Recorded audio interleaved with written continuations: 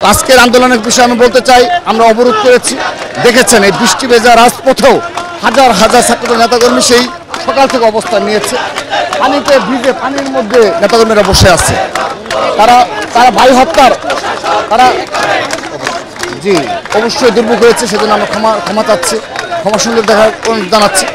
আমরা ছাত্রদল বিগত সর্বশেষ মাত্র সাম্য হত্যার বিচারের দাবিতে এই নিয়ে 3 দিন অবরোধ করলাম শাহবাগ।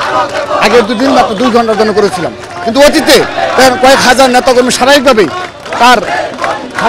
তার ভাই হত্যার প্রতিশোধের দাবিতে, হত্যার বিচারের দাবিতে রাজপথে রয়েছে।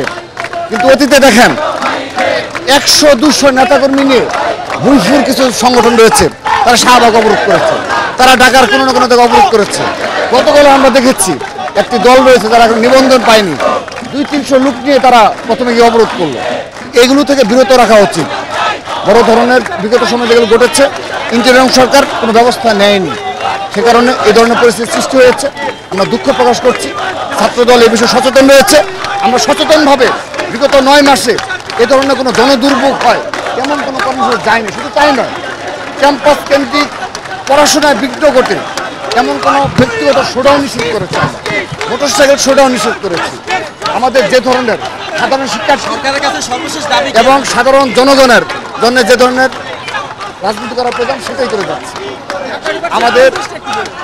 আমাদের ইন্টারিম সরকারের নিকট সরাসরি দাবি, অতি দ্রুততম সময়ে আমরা দৃশ্যমান পদক্ষেপ দেখতে চাই এবং আমরা নিশ্চিত হতে চাই যে সাম্য হত্যাকারী কারা এবং সেদিন ওইখানে ওই শরীয়ত উদ্যানে কারা উপস্থিত ছিল সেই বিষয়ে তাদের তৎপরতা আমাদের প্রশ্ন রয়েছে এবং তাদের সদিচ্ছা নিয়ে আমাদের প্রশ্ন রয়েছে এবং তাদের যে ছাত্রদল কিংবা সাম্যের পরিবার, পারভেজের পরিবারের প্রতি সহমত জ্ঞাপন, তাদের সে বিষয়ে আমরা সদিচ্ছার অভাব দেখেছি।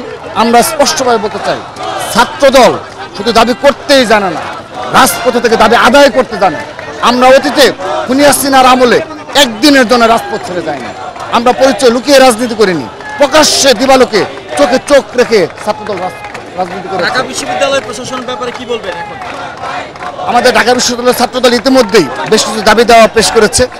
আমি বিশ্বাস করি তারা সেইগুলো আমলে নিয়ে সে অনুযায়ী নিরাপদ ক্যাম্পাস বিনির্মাণে ভূমিকা রাখবে।